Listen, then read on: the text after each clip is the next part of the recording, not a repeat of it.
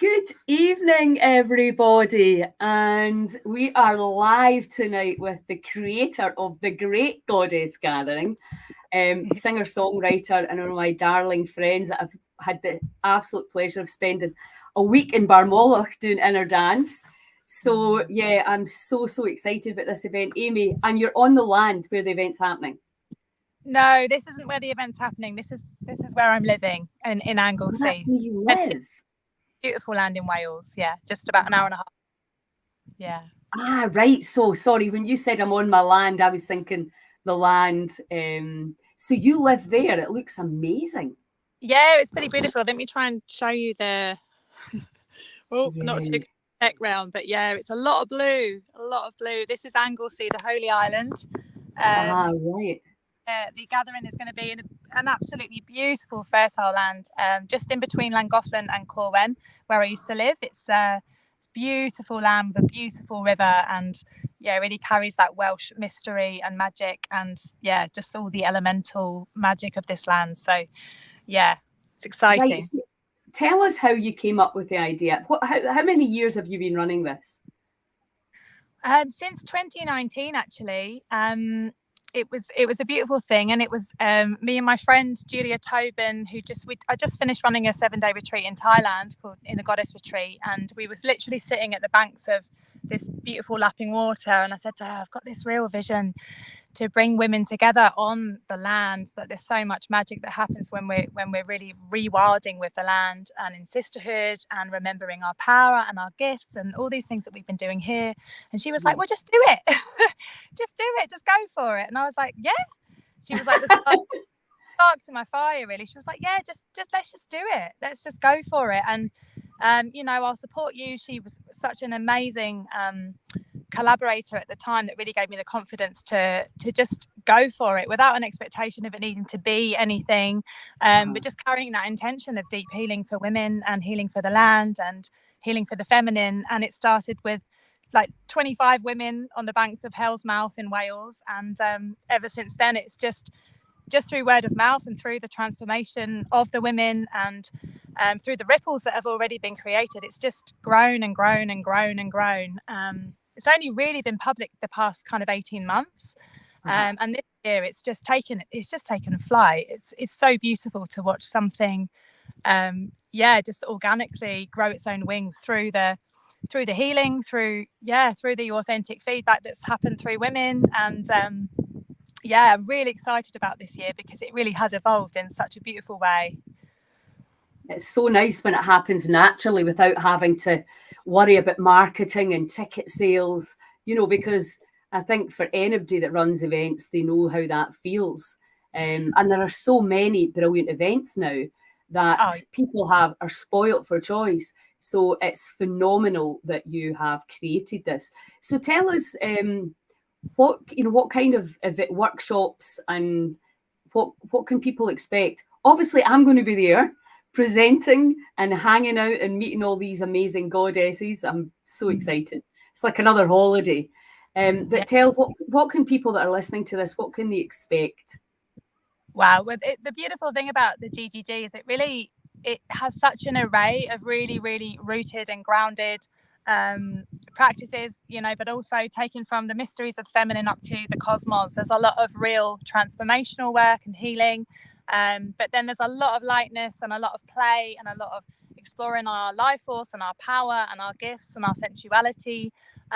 We've got things from like awakening dragon consciousness to family constellations to inner dance to breath work to discovering our pleasure, what it means to embody our worth as women, what it means to explore our own unique gifts as women.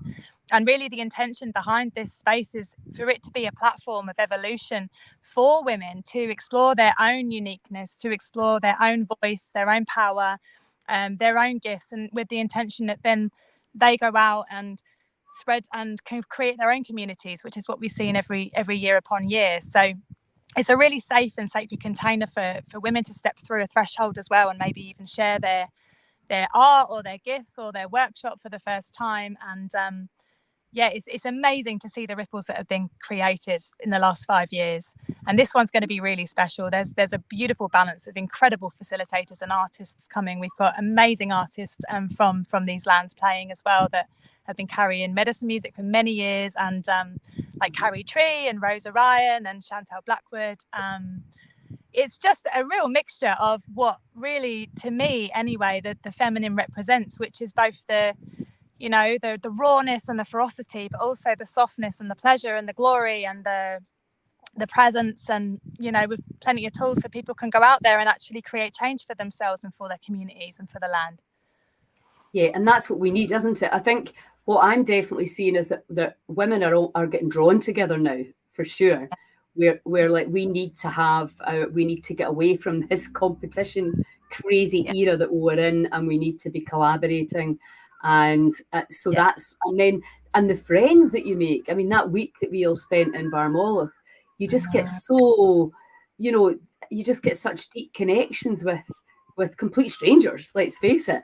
And also in amongst all the very deep letting go work, within our dance and with the breath work, and family constellations as well, that was such a powerful one that we did.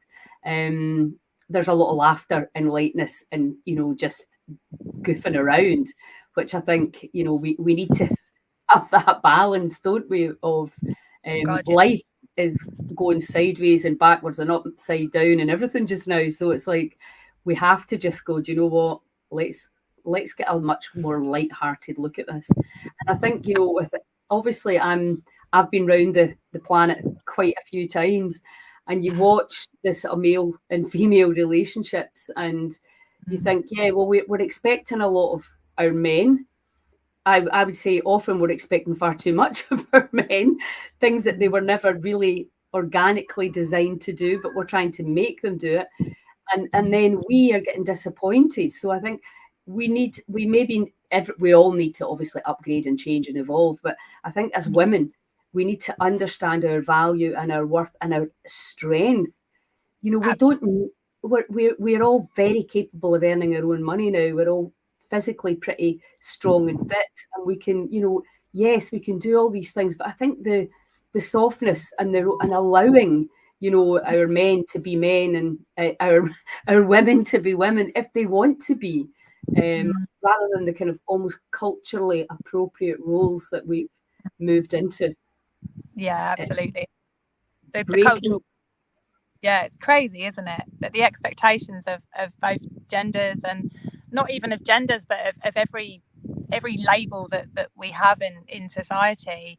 And it is a time where I think it's a time as well where we're remembering that we have these energies within us. We all, as men and women, have both that masculine strength and the softness of the feminine within us, and take responsibility for ourselves, our actions, our connection to the greater, whatever that is, through whatever devotional practice that we have, and actually really tend to our lives and to our power and to our choices, and remember that we're not separate, whether we're men, whether we're women, whether we're mothers, whether we're daughters, or whether we're gay, whether we're straight. It's we all hold the same energies within us, and it really is, from a even further zoomed out point of view, it's breaking down these stories of separation and these expectations of men, women, or any other divide like that. And I think these gatherings are really important for that, and women coming together is really important for that, but also men coming together is really important for that. And I'm really feeling quite passionate as well, especially in I've got some intentions for the next years of actually bringing men and women together, in those healing spaces, heal through each other, because there's no other way. But there's such an important place for these spaces where we can relate to each other and break down the story of all these things that have kept us small or made us think we're too much or not enough, or whatever the story is. It's returning to a new way where we can dissolve that which has kept us bind. And it's happening everywhere. It's fucking amazing. It's challenging. It's sticky and it's challenging because we're seeing it all right now. But it's beautiful. And this is why we came, I know, exactly. And if we're going to be here, we might as well have as much fun and explore courageously, you know. Hi, Yes. Kathy. One of my friends is tuning in there. Yeah, I think, you know, the mother role as well is something that I've spoken to you about this before, where a lot of my clients are young mums and they're diagnosed with terminal cancer, and it breaks my heart because I'm like, you know, having a child right now, the way we're doing it, where very often you might be in the house on your own. If you're lucky, you may have a partner who understands, but you might not have. And, you know, it's absolutely bonkers to try and then, you know, expect that one person to do absolutely everything. And I think a lot of mums think they need to do everything, when in actual fact, you know, we need the support of the sisters. And organically, my son's just had another baby, and organically women just get round. It's in us, absolutely. Me and my daughter, my two daughters, you know, it's just, you want to go and you want to hold the baby and nurse and pace up and down, you know, things that if the mum's meant to be doing that on her own, it is just going to just drive you. And so then what happens is you end up not really enjoying what is such a sacred and precious time, because it's, you know, it's a job that was never meant to be done by one person in their own, in an isolated unit.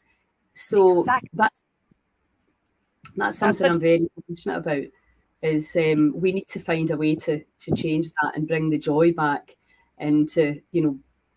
We so do. And it's like that saying, it takes a village to raise a child. You know, it's like that the essence of community is so important right now. And I feel like, you know, we are in these, especially as women, we're in these places. Like, I mean, I watch it in my own mum with my nephew. It's like, I want to do it, I want to hold, I want to help. Right way, this is the way you do it, you know. And it's like, yeah, that's and that's so helpful, and I love you for it, because you're trying to support. But actually what we need to do is almost like re-empower one another by giving that power back and saying, yeah, this is you know what you're stepping into now. And I feel like the true essence of community really does that. And the GGD for me is one of the core intentions. Is it really is, we are there to empower women to empower themselves. No one is healing anyone. No one is advising anyone. There's a really strong container of boundaries around that we are not there to hold hands, but we're there to be mirrors for women to realize the power within them.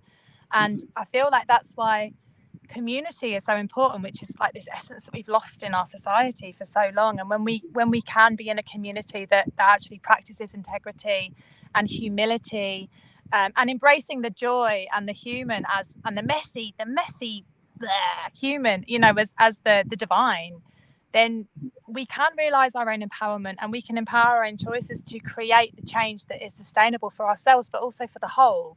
And this is what we need to return to as a greater collective, which is why these things are so important.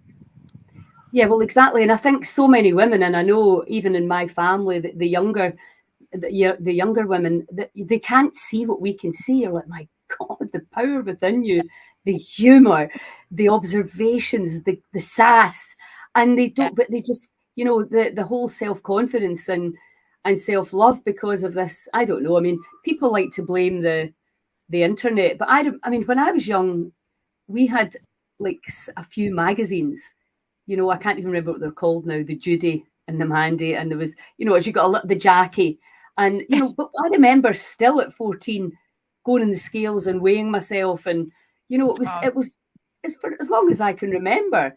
And it was nothing to do with social media. It was still, I suppose it was there in terms of the television, the few things that you did see. And so, you know, and also I suppose from the Heal Scotland perspective is how we are perceiving the body as this thing, and in actual fact what we're doing is we're destroying it, because we're criticizing it and cutting it up and squirting things into it. It's madness. Oh, I know, darling. I know. And it's been going on for so long, hasn't it? This distortion, you know, and this kind of designed illusion, you know, and comparison, and the competition that I suppose has you know, enabled us as well, especially as women, but also men as well, in their own way, to be in that space of like, oh, she's prettier than me, I wish I looked like that. This is this constant thing of, I need to change this, I'm too big, I'm too small, I need to be more of this to feel whole. It's been a design story that has separated us from ourselves, from each other, from the greater, from the land. And you know, I think we're really seeing it in these times kind of coming to a head, where everything is bubbling up. All of the lies, all of the distortion, all of the separation is coming up, which hence why it's such a hard time visually to witness what's happening within our world and within ourselves. But it has to change, because these systems, I feel like we're in a time where we're almost breaking down every belief system. That's like the system as a whole that has been betraying us and lying to us for God knows how long, that's not working anymore. And the belief systems within us that we've created through society, but also to keep us safe. And these systems are dying. And as they die, and as things are let go, as you know more than anyone, the letting go queen, it's like sometimes they come up really loud and kind of try to grab onto the last thread. But I really do believe that, I'm praying anyway, you know, every day, that we can create a world where that doesn't exist, and when we see ourselves as completely whole and beautiful and authentic and unique and important and needed just as we are, because this pantomime is really, you know, it's messed up our minds, and you know, our minds and our stories are really powerful, and that then creates the dis-ease and you know, the distortion. So yeah, here's to an end of that, basically. That's Absolutely. And everybody has their thing to bring. You know, I remember when I lived out in Malta, quite a few of my friends came out at the same time, and I had a big, huge apartment, and I think there was like 26 of us. And it was really interesting to watch how somebody said, I'll do the floors, I'll go down and get the shopping, and I'll do the community organized itself, and nobody even tried it. It was just all people that knew things had to be done. And you know, I think that's the thing, isn't it? Is all the jobs are important to make a community work. Weeding, cutting the grass, getting rid of the garbage and all that sort of stuff, doing the compost, and you know, all these tasks, everybody would fit into and be drawn to, you know, something that they enjoyed, and you could change up. You could, you know, it's just the way we do it now. It's just mad. But anyway, it's changing, and the goddess gatherings are going to help that. So listen, for people that are interested in coming, so it's about a 4-hour drive from Glasgow? About a 4-hour drive from Glasgow, yeah. Yeah. Maybe. So if anybody, I will be driving from Glasgow. If anybody wants a lift, well, I'll be driving from Lochilphead, actually. We could carpool, and you can camp when you're there. Yeah. So I'll be taking my car, so we'll have room for camp and stuff. And so how much is it 3 days? 3 nights and 4 days. So we've got 4 days of offering, and full of ceremony and workshops and live music and exploration, walking the land, and literally the lineup is even blowing my mind. I'm like, wow, how did this form itself? Love it. For the 4 days, including everything, but you've also got full access to Sacred Self Sauna as well, which is my really dear sister Steph Deacon. She's created this amazing container and built her own sauna out of a horse box, and has an incredible area of kind of nurture and self-nourishment. So there's a lot of pampering and one-to-one therapies, and time to be by the water and in silence and by the river, but also be in these transformational and very joyful spaces of community as well. So there's a real array of all kinds of magic stuff happening. Yeah, I know you'd said to me about having a stall, but then you said, oh, you can just come and receive, and I thought, yeah, I like the sound of that. Yeah. I'll just hang out. I can do my workshop, and then I'll just hang out and really learn from all these other women that are there. And so that's really super exciting. So so wherever you are, wherever you're listening from, I was saying to Aimee before we come on, for some reason Facebook would not let me share. It's a very simple address, greatgoddessgathering.com. It just wouldn't let me share it. It wouldn't let me share it in StreamYard. So I've put the link to the Facebook event. If anybody would like to come and join us, it's phenomenal value for money in the Welsh countryside. Absolutely spectacular. And yeah, and I mean, just ready to totally expand and laugh and have and meet so many new souls. Because have you got about 200 tickets? 100? No, our cap for guests is 120. So it's going to be Right. there's going to yeah. So we want to keep it. We still want to keep it contained and ensure that it's held, because there is a depth to it. Yes. With amazing array of facilitators and pillar holders and team and music coming as well. So it'll be about 150 of us, which is going to be epic. And there's going to be a lot of collective prayer, you know, a lot of singing around the fire, and a lot of weaving prayers for this new way. And there's something so powerful that happens when we all have that same intention, which we do, you know, to create this new earth paradigm, whatever you want to call it. So yeah, I'd love to welcome some more sisters there and have some of you Scottish beauties with us. I'm so excited. There's quite coming actually. I'm like, yeah, I know, it's fantastic. It's and it's nice for me to meet up with these people, you know, because we've got it's almost like we know what events we're going to and we're going to catch up, so it's great. And you're obviously going to be singing that song, Thank You for My Life. My God, I love it. I've just been playing it over and over, like I used to do when I was 16. So let's just talk about that song, because obviously one of the things that's pulled a lot of us together has been Vita and family constellations. And obviously I think when people understand, you know, the ancestral, the family systems, and most people have got somebody in the family that's caused havoc. And I use that word lightly, but you know that we know that can be quite deep as well. So the idea that we can actually go in and reframe any past traumas in a way that's really non-confrontational, non-invasive, and really gentle and very powerful. And then you wrote that song, Thank You for My Life, because that's one of the things, isn't it? It's like, well, your life givers, your biological mum and dad, if it wasn't for them, you wouldn't be here. And it's being able to say, no matter how much they fucked up, and let's face it, a lot of them do, and I include myself in that, I wouldn't do it the same way again. But thank you for my life. Take back what I've been carrying for you. And you just nail that in that song. It's so amazing. So I take it you'll be doing a set yourself.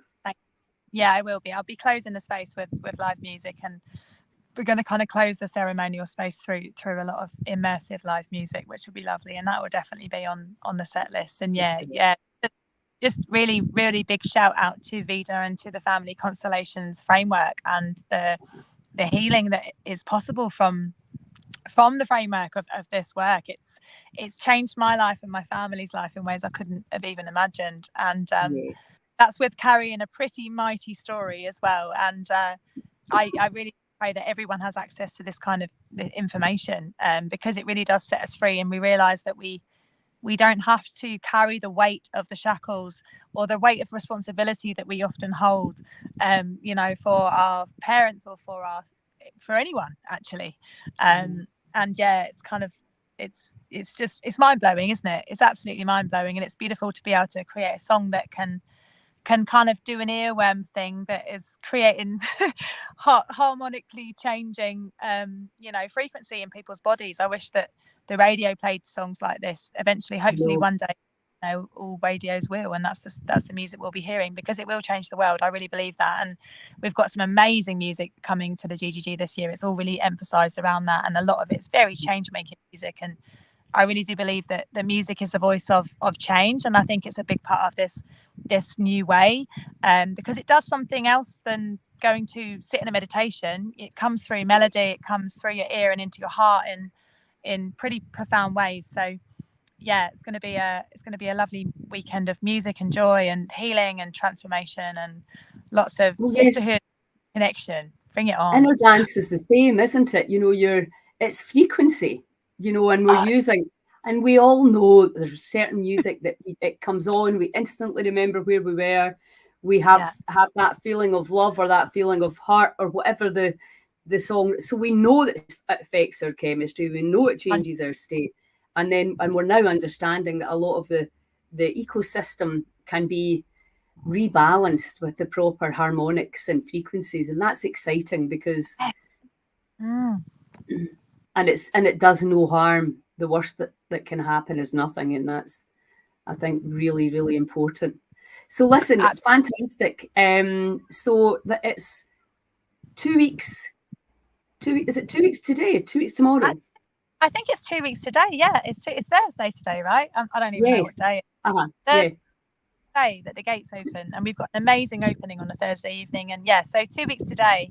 Wow, awesome. That feels exciting. Yeah, that feels not very long. I've got lots to do still, but you know, it's all good. I've got the most amazing team, and yeah, it's going to be beautiful. I can't wait to have you there, Lilia. It's going to be a lot of fun. We've got a lot of sisters coming from Scotland and Ireland, Wales, England. We've even got someone flying from Germany, and a couple more women from Europe coming over. So it just feels like a real merge of, just women from many lands, which is like the core intention of this space, to really bridge, you know, all that separates us together again. And yeah, it feels like this one's do its own thing around that. So can't wait. It's going to be brilliant. Well, I will see you in 2 weeks then. Yeah, bring it on. Long hugs. Expect a long hug. Yeah, absolutely. Thank you so much, darling. And I'll see you very soon. And thank you for getting this amazing event off the ground. It's so healing and so powerful. So welcome, darling. I'll chat to you soon. Yes, chat soon. Ciao.